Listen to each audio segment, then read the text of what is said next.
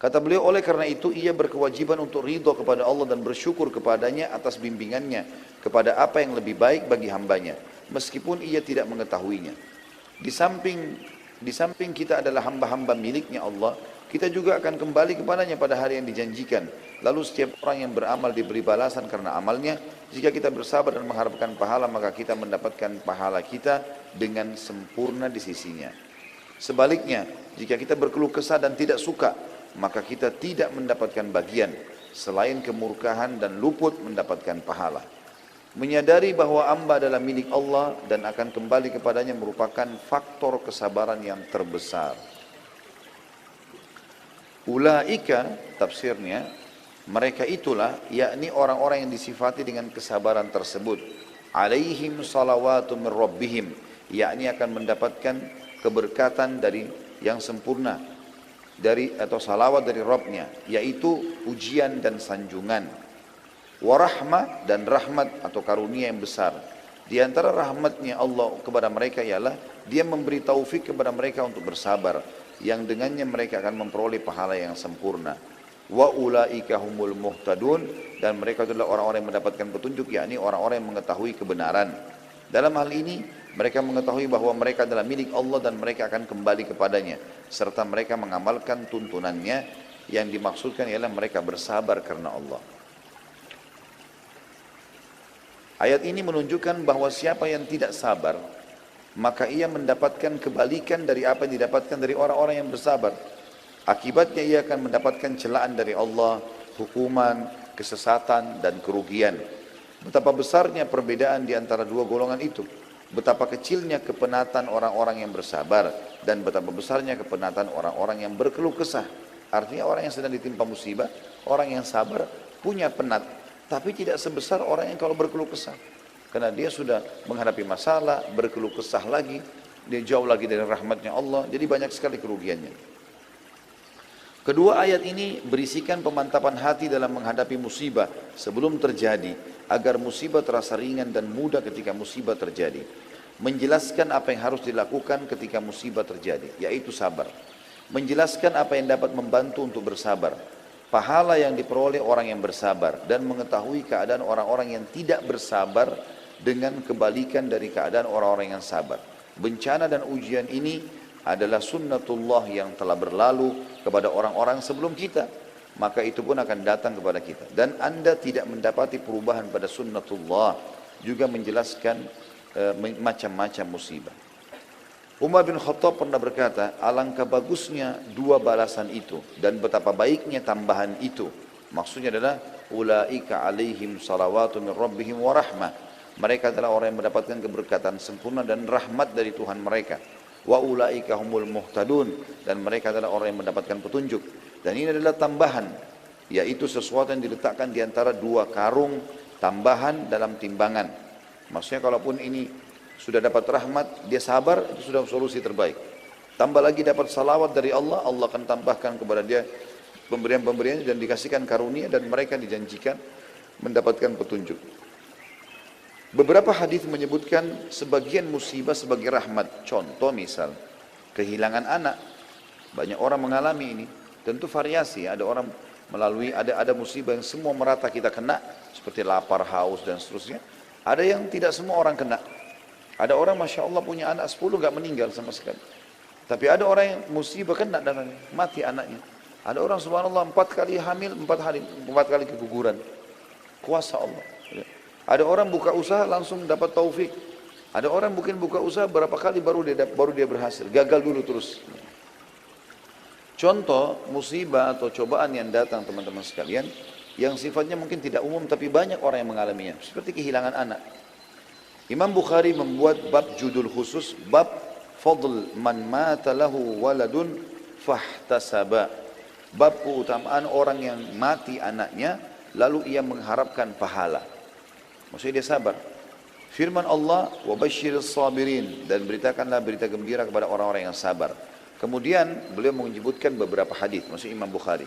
Yang pertama adalah Abu Hurairah radhiyallahu anhu meriwayatkan dari Nabi SAW, beliau bersabda, la yamutu li muslimin thalathatun minal walad fayalijan nar illa tahillatal qasam. Tidaklah seorang muslim mengalami kematian 3 anak, lalu ia masuk neraka, kecuali hanya sekedar berlalu saja. Ya, maksudnya ini musibah, lahir anak 3 sampai mati sebelum balik. Jadi dalam hadis dipastikan, kalaupun dia punya dosa-dosa, tentu di sini selain dosa syirik dan kufur ya, maka Allah dengan kemahamurahannya hanya membuat dia lewat saja di neraka, kemudian dia akan masuk dalam surga. Jadi, Muhammad bin Ismail Bukhari juga mencantumkan hadis-hadis menjelaskan firman Allah dalam surah Maryam ayat 71, wa in minkum illa wariduha, dan tidak ada seorang pun dari kalian melainkan akan mendatangi neraka itu. Maryam 71. Hadisnya beliau angkat, Abu Hurairah radhiyallahu anhu meriwayatkan Rasulullah SAW bersabda kepada kaum wanita Ansar pada saat menafsirkan ayat ini juga, la yamutu li ihdakunna thalathatun minal waladi fatahtasibah illa dakhalatil jannah faqalat amra'atun minhunna aw ithnaini ya Rasulullah qala aw ithnain. Tidaklah, kata Nabi SAW ceramah di depan para wanita-wanita muslimah pada satu di Madinah dari kaum Ansar, tidaklah salah seorang dari kalian mengalami kematian 3 anak lalu mengharapkan pahala sabar, melainkan pasti masuk surga. Seorang wanita yang hadir sempat bertanya, bagaimana dengan kehilangan 2 anak wahai utusan Allah? Kata Nabi SAW, ya, kehilangan 2 anak juga termasuk. Perawi hadis Abu Hurairah mengatakan, saya yakin kalau ada wanita juga bertanya, bagaimana dengan 1 ya Rasulullah? Maka Rasulullah SAW pun akan mengatakan 1 juga. Hadis selanjutnya diangkat oleh beliau adalah dari Anas radhiyallahu anhu, ia mengatakan Nabi SAW bersabda, ma minan nasi min muslimin yutawaffa lahu thalathatun lam yablughul hinth illa adkhalahu Allahul jannah bifadli rahmatihi iyahum. Tidaklah seorang muslim mengalami kematian 3 anak yang belum mencapai balik, melainkan Allah memasukkannya ke dalam surga dengan karunia atau rahmat kepada mereka. Imam Bukhari pada saat menamakan babnya, bab fadl man mata lahu waladun fahtasaba, bab keutamaan orang yang mengalami kematian anak lalu ia mengharapkan pahala, Az-Zain bin Al-Munir mengatakan, musannif atau pengarang atau Imam Bukhari maksudnya, mengungkapkan dengan kata fadl, keutamaan, untuk menghimpun di antara 3 hadis yang berselisih yang telah dikemukakannya. Karena pada hadis yang pertama disebutkan masuk surga, pada hadis yang kedua disebutkan dihalangi dari neraka, dan pada hadis yang ketiga disebutkan pembatasan masuk dengan sekedar berlalu saja di neraka. Maka masing-masing darinya terdapat ketetapan keutamaan bagi siapa saja yang mengalami hal itu. Dan segi komprominya bisa dikatakan, masuk surga itu tidak mengharuskan terhalang dari api neraka, disebabkan hajib atau terhalang dari neraka itu sendiri. Terdapat faedah lain, yaitu hal ini mengharuskan juga masuk surga sedari awal. Adapun yang ketiga, maka yang dimaksud dengan al-wurud ya, atau masuk hanya melintas neraka saja, bagaimana pembahasannya akan disebutkan saat ya, pembicaraan perkataan illa tahillata qasam, kecuali sekedar berlalu. Orang yang melintas di atasnya ada beberapa macam, di antara mereka ada yang tidak mendengar desisan neraka. Mereka ada juga orang-orang yang telah ada untuk mereka tetapkan yang baik dari Allah bagi mereka, sebagaimana disebutkan dalam Al-Quran. Jadi tidak ada kontradiksi ya, antara masuk surga dan terhalang dari neraka. Bukhari juga mengungkapkan dengan perkataannya walad atau anak, karena ini mencakup 1 anak atau lebih. Meskipun bab ini telah dibatasi dengan 3 atau 2 anak, akan tapi pada sebagian jalur riwayat disebutkan juga 1 anak masuk di dalamnya. Jadi hadis ini tidak ada sama sekali permasalahan untuk persisian antara mereka. Artinya ada orang tergantung kadar kesabarannya. Mungkin dengan sabar maka Allah SWT akan berikan kepada mereka bisa masuk surga langsung karena luar biasa cobaan yang datang dan kadar sabarnya tinggi, atau dia dilewatkan di api neraka karena masih banyak dosanya karena kadar sabarnya juga lebih rendah daripada yang pertama. Dan juga ada orang subhanallah yang sudah langsung diselamatkan dari api neraka oleh anak-anaknya tadi atau dalam musibah yang sedang menimpanya tanpa hisab.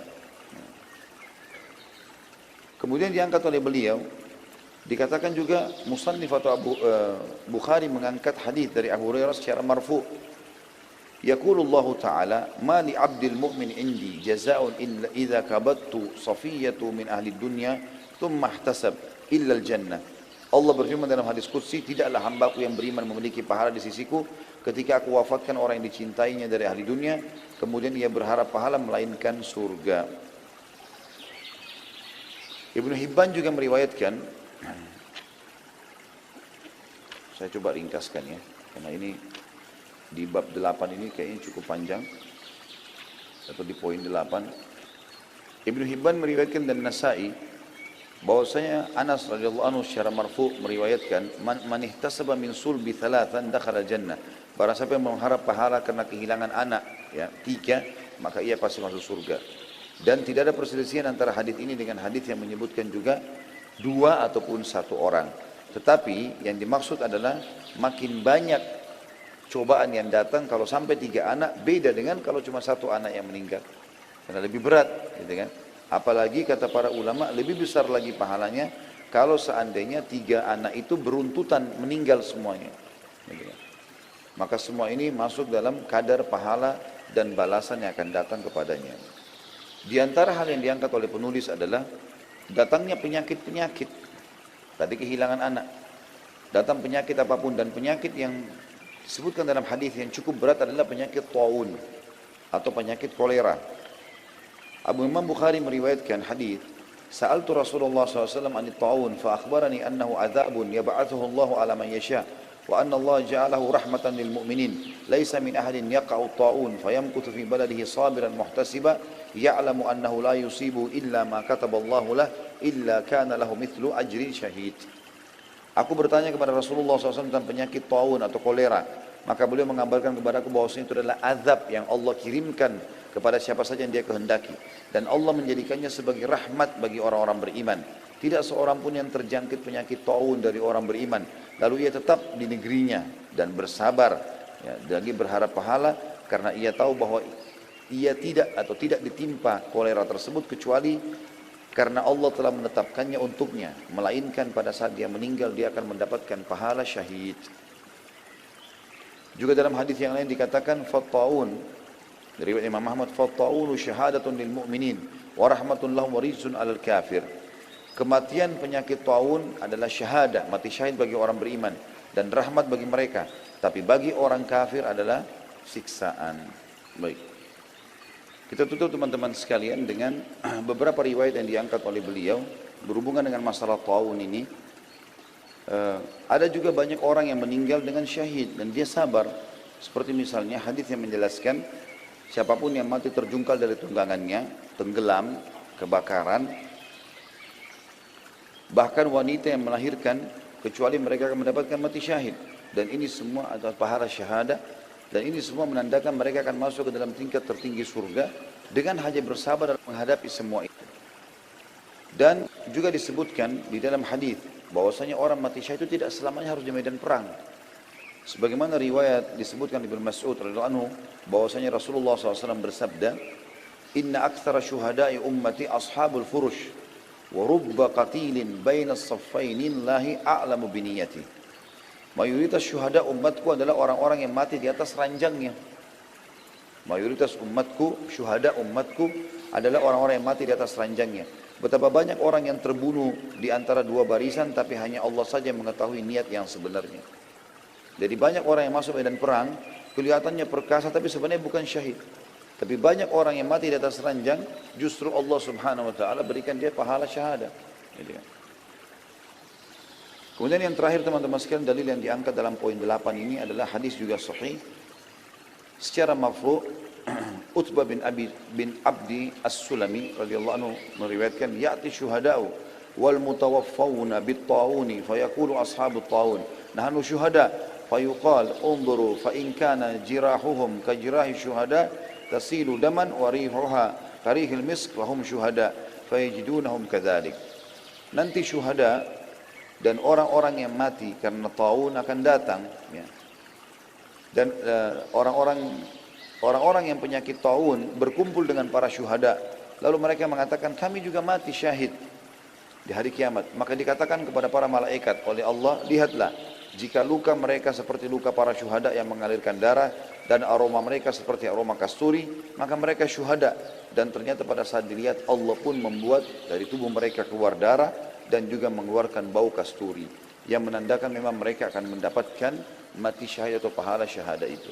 Dan tentu kalau bicara masalah cobaan banyak sekali, tapi penulis coba mengangkat sesuatu yang paling berat, kehilangan anak tadi, dengan penyakit yang kolera. Kita tahu penyakit ini berat sekali ya, karena sebagian tubuh akan bisa tercabut, kulitnya rusak, menular, orang akan merasa itu busuk dan seterusnya. Tapi ini kalaupun datang kepada seseorang adalah sebuah rahmat bagi orang beriman. Allahu a'lam. Mungkin begitu saja. Baik, kita berdoa kepada Allah sementara semoga majelis kita diberkahi olehnya dan dijadikan sebagai tambahan amal kita pada hari kiamat. Dan semoga seluruh amal yang pernah kita kerjakan sekecil sampai sebesar apapun sampai menjelang ajal datang itu diterima dengan kemahamurahan Sang Pencipta.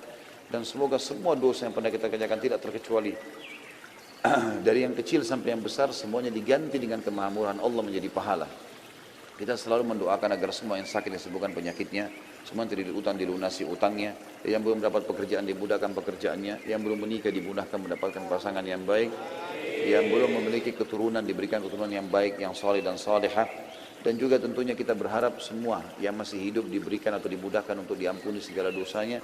Dan juga yang sudah meninggal juga sama, dimaafkan dan diampuni semua dosa-dosa.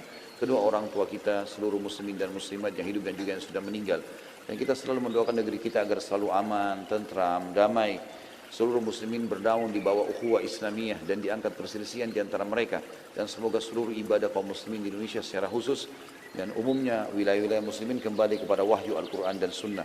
Dan semoga seluruh wilayah Indonesia juga dikerunai pemimpin-pemimpin muslim yang adil, yang baik, yang kembali kepada Al-Quran dan Sunnah dalam berhukum dan juga dalam ibadah mereka. Dan semoga Indonesia menjadi contoh bagi negara-negara lain.